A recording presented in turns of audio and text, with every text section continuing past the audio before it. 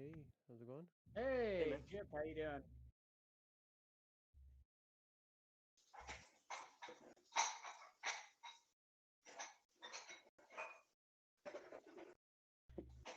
I am indeed ready. Are you, hey, are you looking to have your mic audio on YouTube as well, Jonathan? Okay. Right now it's not getting ported through.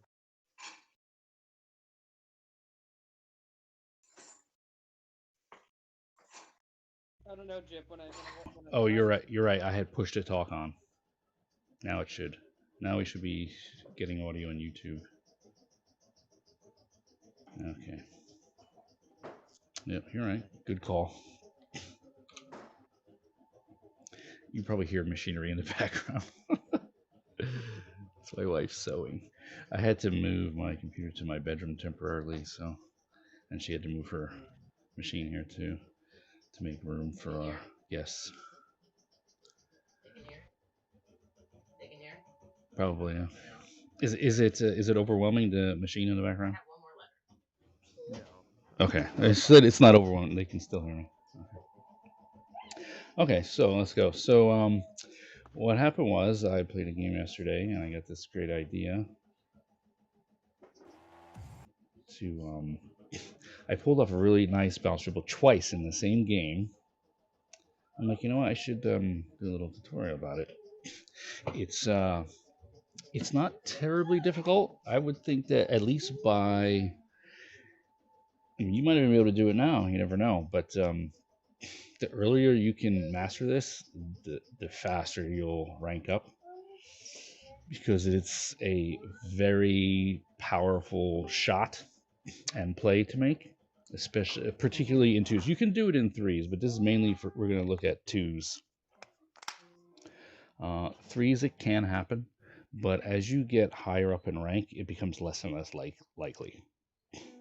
got it. As you get up to say high plat, people start to challenge you before you even leave your half of the field. So starting any kind of dribble or ball carry becomes almost impossible. The only time I've pulled off a carry or some kind of bounce dribble play is when the defense was basically out of sorts, out of rotation temporarily. But if you can take advantage of that and you notice that, take control of the ball instead of just hitting it back to them like you're playing tennis, things will work out better. You have a better chance of scoring. That's what it comes down to.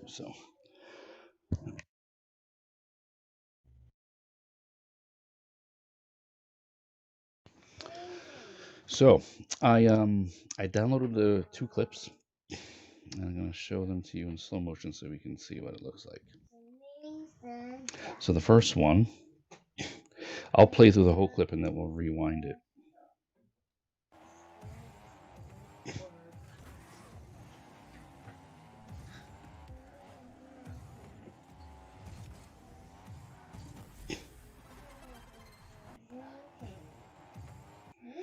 Okay, so this is 2v2.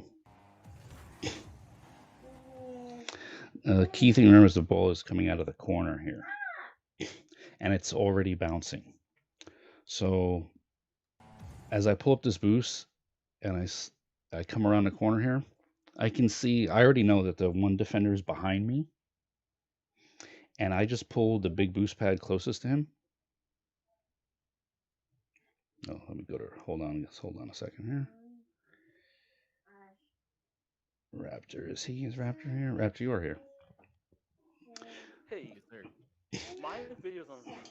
I'm not sure what I did If you go to the Rocket League Revolution homepage of the channel, that's where you'll see the live if the link isn't working. Oh, sweet. Okay, wrong. thanks. Okay, I see it now. Yep, I'm good. Page of the channel, that's where you'll see the live. Oh, and I'm hearing myself echo on your end now.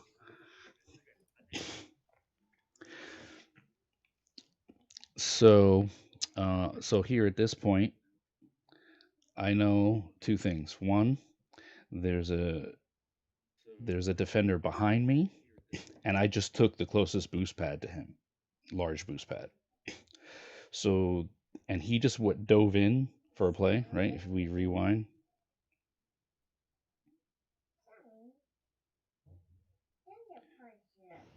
So he just dove in here. There might be like a 5-second delay between what you see and what I'm saying. Well, I'm going to do it in slow motion here. At about the 3-minute mark, he dives in, hits the wall really hard. He probably has no boost left. His recovery is going to be terrible. I'm pulling the large boost away from him as I go to make my play. So I'm not worried about him. My teammate is probably far off to the right somewhere. So it's basically 1v1 situation. Now I see this guy that he is moving away from me in order to shadow me, which is what he should be doing. But he's also too far away from me to shadow effectively. So if you're not familiar with the term shadowing, is when you get into a position like where he is, with your back facing the oncoming player with the ball, and you try to mimic his moves left and right, left and right. And if somebody is dribbling the ball towards your net, that's the position you want to be in to defend it. Now he could turn on me early, but that's foolish because I have control of the ball and he doesn't have a player to back him up right now. He knows that, and I know that. So after this ball comes off the wall here, see if we can get back. Sometimes this doesn't.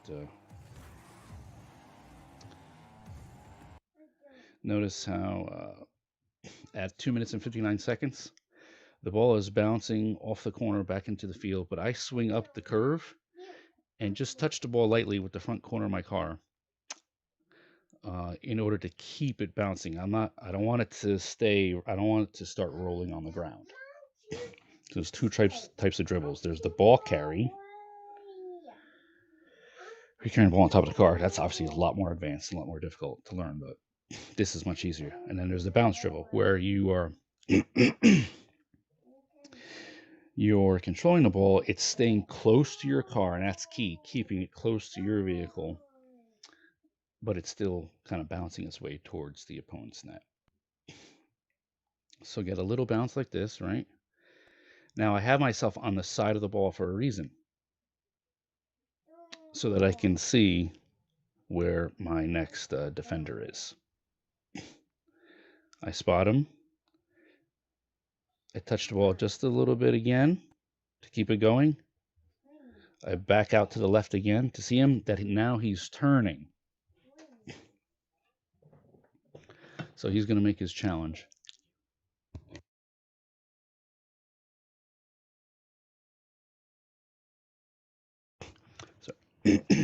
So I see that he's turning the challenge, right? Now it's the time to shoot the ball. If he's going to challenge, he's going to come up on me really fast because I'm already, fully boosted. Let's see, I think I'm supersonic here. Let's try this again here. Yeah, I'm already supersonic. By the time that he turns on the ball,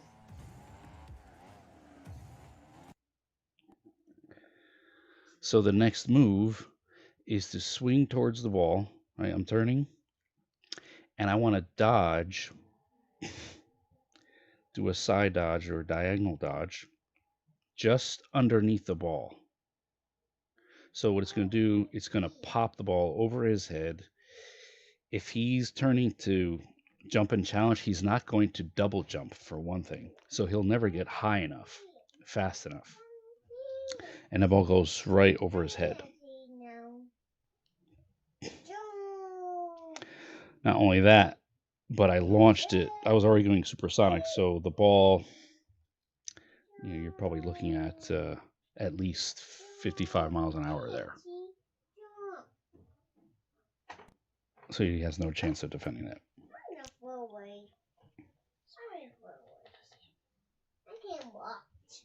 Hold on one second.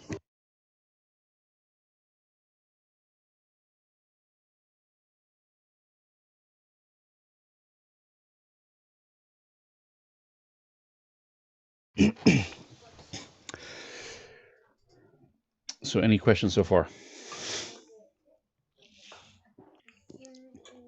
No, not really. It's pretty cool. So let's watch it again then. Now that dribble was, this one was head on, like I was basically facing him, right? Sound is still playing in this video, so it's pretty loud. I have it turned down. I don't know why it's still playing. So the key, right? Speed, keeping the ball bouncing, but close to you and not too high. And then using your side or diagonal dodge to launch the ball over the opponent's head before, basically right as he does the 180 to challenge you. So let's see, let's look at the next one. Same game. This is a little short. It's got cut a little short, so we'll watch it in full.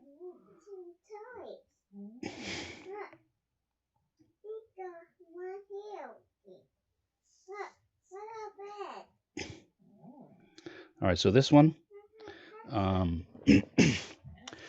this shows the setup. So I can actually set this up for myself. Again, it's 2v2, so this is a little bit easier. I see where my teammate is. He's not behind me. I got to clear the ball. And there's a very specific way that I clear the ball here. I'm hitting into the corner. I don't know if you guys can see my mouse. I'm at 19 seconds into the game here, or 19 seconds, I guess, left in the game. I'm not going to hit the ball left of the curve. We don't want that.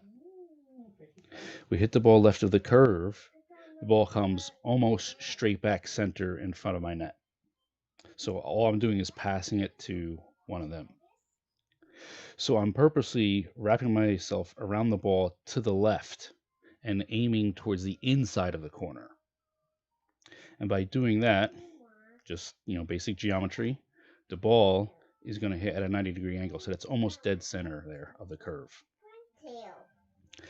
And instead of coming back center, the ball is going straight down the sideline, exactly where I want it, safely. Nobody can do anything. I'm following the ball the entire time here. So this guy here, DJ, the only defender in front of me, he has no choice but to get into a shouting position again, because I'm too close to the ball for him to challenge. If he tries to challenge the ball early, I'm going to get to it before him. And I've already done this to him once before, so he's already afraid of it. So I'm watching him. I see the ball coming down. Now, it came from pretty high hit off that corner, which was not perfect, not what I exactly wanted, but it went in the direction I wanted. So I purposely get under the ball before it hits the ground, because that softens the bounce. The ball will bounce softer off the top of your car than it will off the ground. Keep that in mind and watch what happens. See, it's barely above my car now. So I got the bounce exactly where I want it. I swing to the side of the ball because the net's to the left, so I got to be to the right. I see he's turning now to challenge. And when he turns, he's got no momentum. So I'm easily going to beat him both to the ball because it's closer to me and he has no momentum.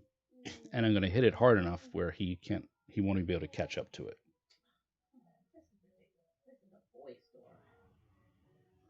You see the diagonal dodge happens as I hit the ball. And he's not even close.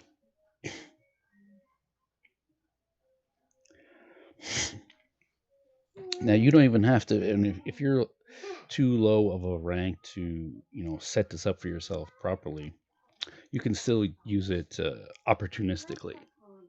If the ball happens into a position where you have a nice low bounce and it's on the opponent's side and you're closer, go full speed into the ball and do a diagonal dodge into it.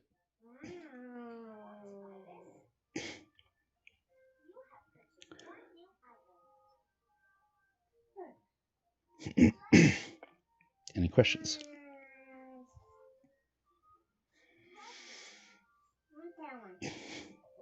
Comments, thoughts, anything? Yeah, I do actually have a question on the first one. Well, I guess really both of them. Did it really matter which way you diagonal dodge into it, or would that really affect it as much? Well, it's going to affect the direction of the ball. So, like for instance, right here, I guess we'll look at this one here, since we're on it already. I'll let this forward up. Well, actually, what I meant was like in the first one, me personally, I would have thought to hit it to the left, like diagonal dodge to the left towards the goal. But you flip to the right. I don't know, maybe it's just me what I was thinking of. All right, you watch now. I just switched over to that one for you. Yeah, I saw it. So I'm going to stop it just before the dodge here. Okay, so I stopped it at 2 minutes and 57 seconds. So at this point, I'm to the left of the ball, and the net is directly in line with the ball. So I'll go by frame here. Here, in this position, obviously I have no choice. I have to dodge right because I'm left, completely left of the ball. If you are directly under the ball, or just behind it, just barely behind it, where maybe you'll hit the ball right here in this spot, where I got the mouse cursor here, then it won't matter which way you dodge, only if you're center on the ball. But of course, if you're, just think of it as playing pool. If you're hitting the cue ball a little to the left of center, it's going to go right. Same thing. There is a way to manipulate this I've done in the past. I do have a video of it somewhere in the long time ago. You can fake the dodge. I think about how to put this. You can go under the ball.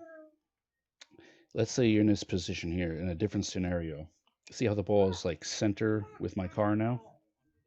Mm-hmm. But let's just imagine that I'm not turning at the same time here. And the net was directly in front of me. You can, how do I describe this?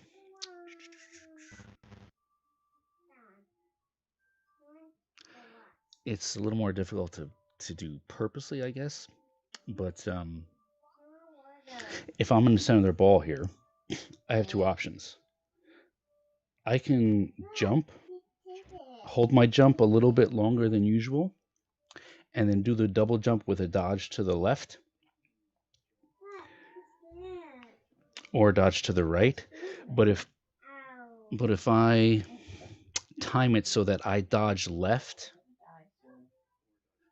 but when I'm dodging left, the right side of my right, if you dodge left, the right side of your car is going to hit the ball, right? Like the passenger door, you might say, or the passenger fender. If you dodge left and the right side of your ball hits the left side of the ball instead of center or right, it's going to make the defender think that the ball is going left from your point of view, when in actuality it's going to go right. If that makes any sense. So if you hit the ball here, right, if you use this side of the car to hit the ball right here, they're going to see, if somebody this close is going to see you dodge left, they might assume, depending on their angle, that the ball is going to go over their head. But in actuality, it's going to go this way, ever so slightly.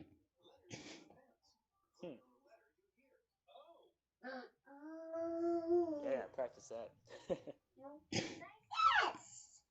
Now see this one, let's see, this program's a little hard to go back and start playing. It just kind of rewinds. But let's see if I can pause this fast enough. So in this dodge, I actually get under the ball, and I'm actually on the right side of the ball. Now you can see it in this frame. I'm on the right side of the ball by the time I dodge, and I'm dodging right. So it's putting a really nasty hook on the ball towards the left because the net is not in front of my car right now. It's to the left. So I need to get this ball spinning the other direction. Mm-hmm. Yeah, before I didn't see that. I thought you were flipping to the right while you were on the left side of the ball. So I didn't really look that closely before. Yeah, so I'll show it again. See up the left side of the ball. Oh, let's see if we can see the jump here. Should be able to. It might not be easy on this particular program to see the jump. When I do the first jump, you should see that like explosion happen below the car and some smoke come out the back.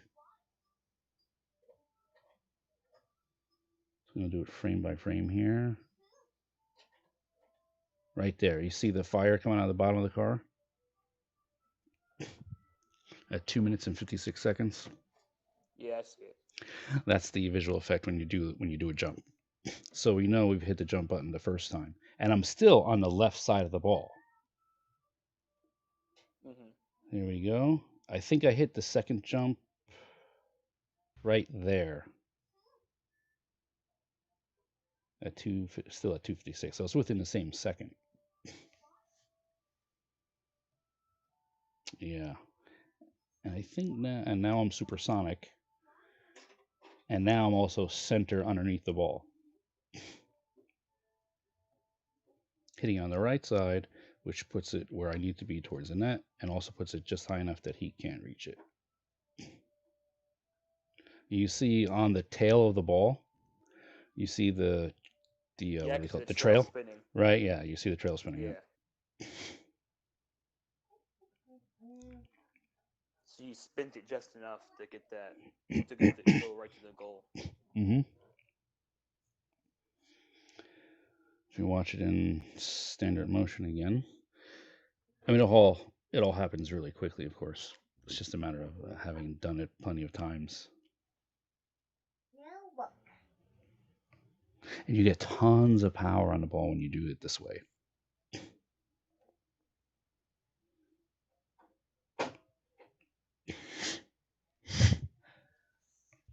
And you can do this with the front of the car too. You could just dodge into it as well. The thing with that is you have to be further away from the defender for that to work. Because if you dodge forward or even a diagonal dodge into the ball, into the back of the ball instead of under it, you're not going to get the same height right away. Right? It's going to have a lower arc. And so it leaves more time for the defender to jump up, get high enough, and block it. But if you're under the ball, he's got no chance because you can't double jump that fast. And he's not even going to know to double jump most of the time. Because if you're the defender, you got to jump up, and you have to jump up higher than a standard jump, than a single jump, but not that much. The problem is that he has to tilt his car up by pulling the stick backwards. And if he hits the second jump too fast, what's going to happen? Any volunteers? Oh. He's not going to get as high. Well, if he hits the first jump, holds analog down to tilt his car up, and he'll backflip. That's right. He'll just backflip. So he has to use a single jump to defend. Because he's turning on the ball. He's not even shadowing. That's really what he should have stayed shadowing in this case here. But he's turning, thinking he's going to get a play on the ball before I can. So really, it was a bad decision on his part. So you think here he's turning. At 2 minutes 57 seconds, he decides that he's going to turn the challenge, but he's not really making a good decision here because the ball is so much closer to me. Even if I don't pull off the bounce dribble shot, all I have to do is pop the ball up and he'll miss it. you should be doing is staying. If you're on the defense, let's talk about that. If you're on the defensive end's position here, you're just too far away to throw in a direct challenge. So you might as well stay with your back to the player, slow down, let him catch up to you, but don't hit the brake to slow down. Just let off the boost. So if we go back to 258. At 258, he's still got his, I can see his tail lights. So right here, he should just be waiting. Unless he knows how to half flip really, really well, he should be waiting. Because there's nothing he can do useful to challenge this play that I'm setting up. So instead of turning, he should be going straight towards the net, just shadowing me, kind of mimicking my movements, but kind of to the outside, closer to the wall. And when I hit the ball, he would have a chance to jump up and even use a second jump if he wanted, because he wouldn't have to pull back on the stick. Because look how high this ball is. It's not that high. You could easily block this if you're shadowing. I mean, let's put it. It wouldn't be easy because of the speed, but the height would be easy to reach. He'd have to. I'm going supersonic by the time I hit the ball. So the only way he's blocking it is to shadow and to be boosting before I even hit the ball. Which means he has to read what I'm doing, he has to predict when I'm going to hit it.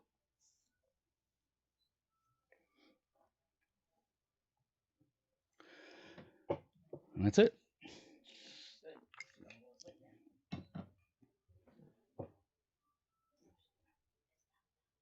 Thank you for ending that for me.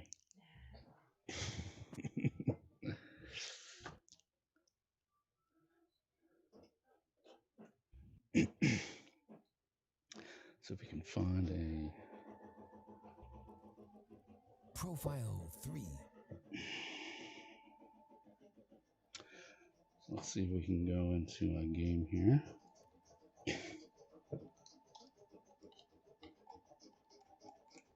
Oh, this is not going to work. Oops. Yeah, I need to exit the game. My controller was disconnected.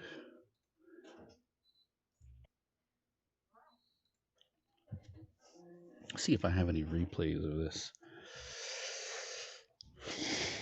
Probably not, but... Profile 3.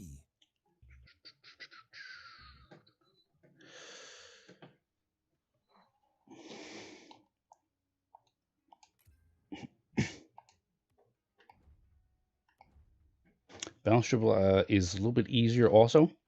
You can do it with any card, of course, but it is easier with a taller hitbox.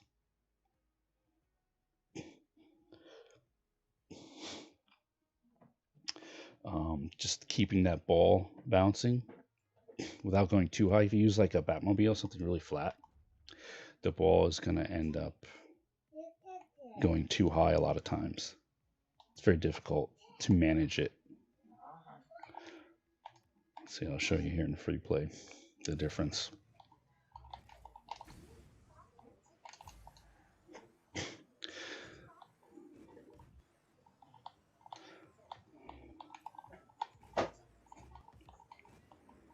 So I can do it because I know the Batmobile really well.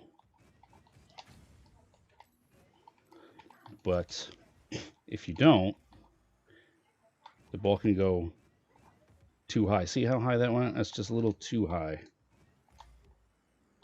You got to keep it off the not too much on the hood of the car. Plus, you can end up with a Batmobile going underneath the ball as you hit it too, if you're not too careful. So if you have Octane, Fennec, probably Gizmo, and Scarab, cars like that, it's a little bit easier to do the bounce dribble. The ball will almost always go in front of you and not almost straight up.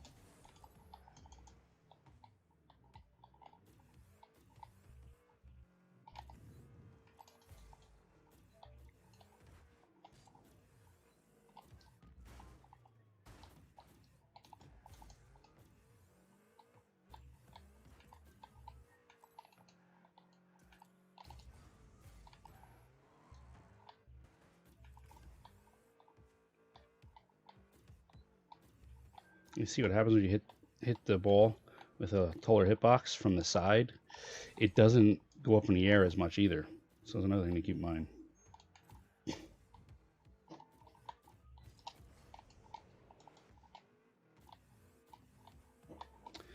Another thing that's similar to the bounce dribble is a hook shot, which is actually even easier. But the ball will typically have to be really close to the ground, not bouncing, or barely bouncing like this right there, or rolling.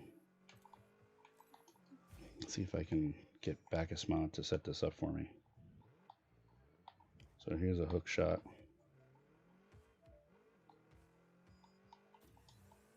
Right, you kind of do something like that.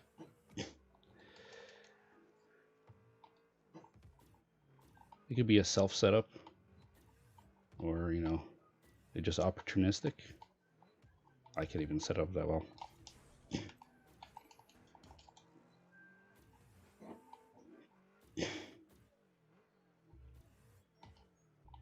But basically, you take the ball, you move it to one side of the net. You do something like that.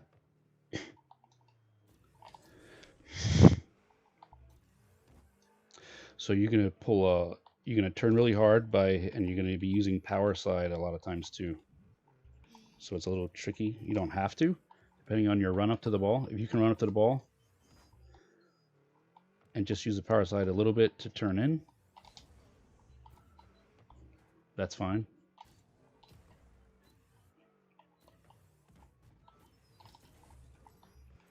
But you can generate a lot of power. I'm talking, you know, a good hook shot in gold to plat is going to be about 50 miles an hour. Remember, your car can only go about 45, somewhere between 45 and 50, even in supersonic. In plat, you're going to be hitting hook shots more like 60. And diamond is going to be 65 to 70, and it's going to be 65 to 75 all day in champ.